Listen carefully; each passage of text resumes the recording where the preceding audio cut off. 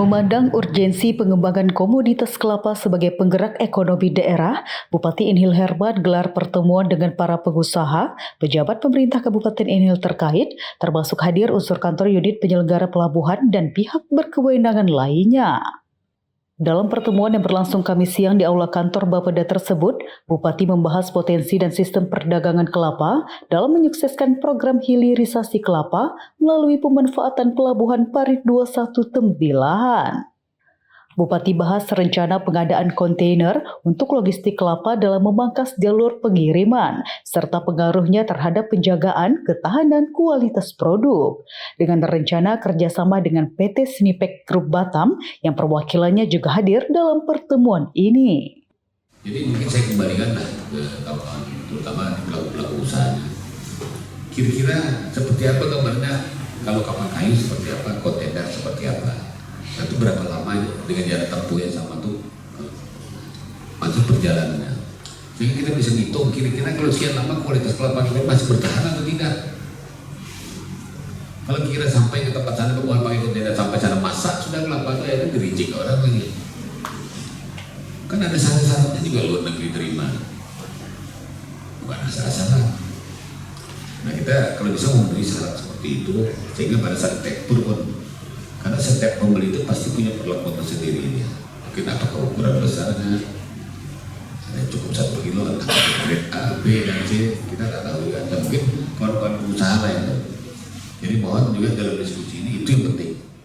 Evan Sari, utusan PT Snipek mengatakan hasil survei yang telah dilakukannya menunjukkan bahwa Pelabuhan Parit 21 bisa dioptimalkan untuk ekspor.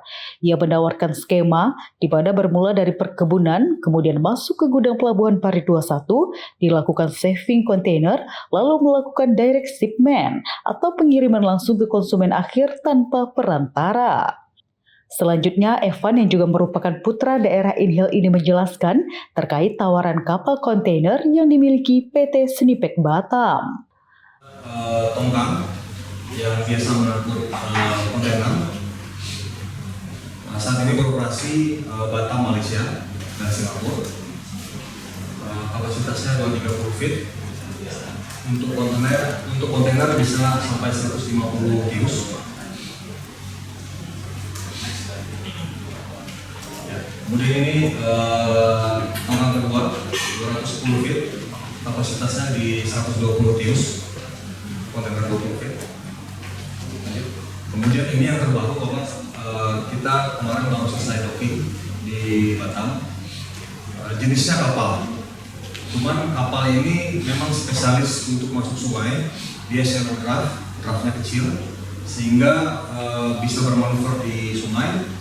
Kemudian dilengkapi juga dengan kren sendiri, sehingga menurut saya dengan kondisi yang saat ini ada di Pelabuhan Parit 21, kita tidak perlu repot lagi untuk mobilisasi kontainer untuk pemindahan dari darat ke atas kapal. Ini kapasitasnya kalau untuk kontainer bisa sampai di 110 tius.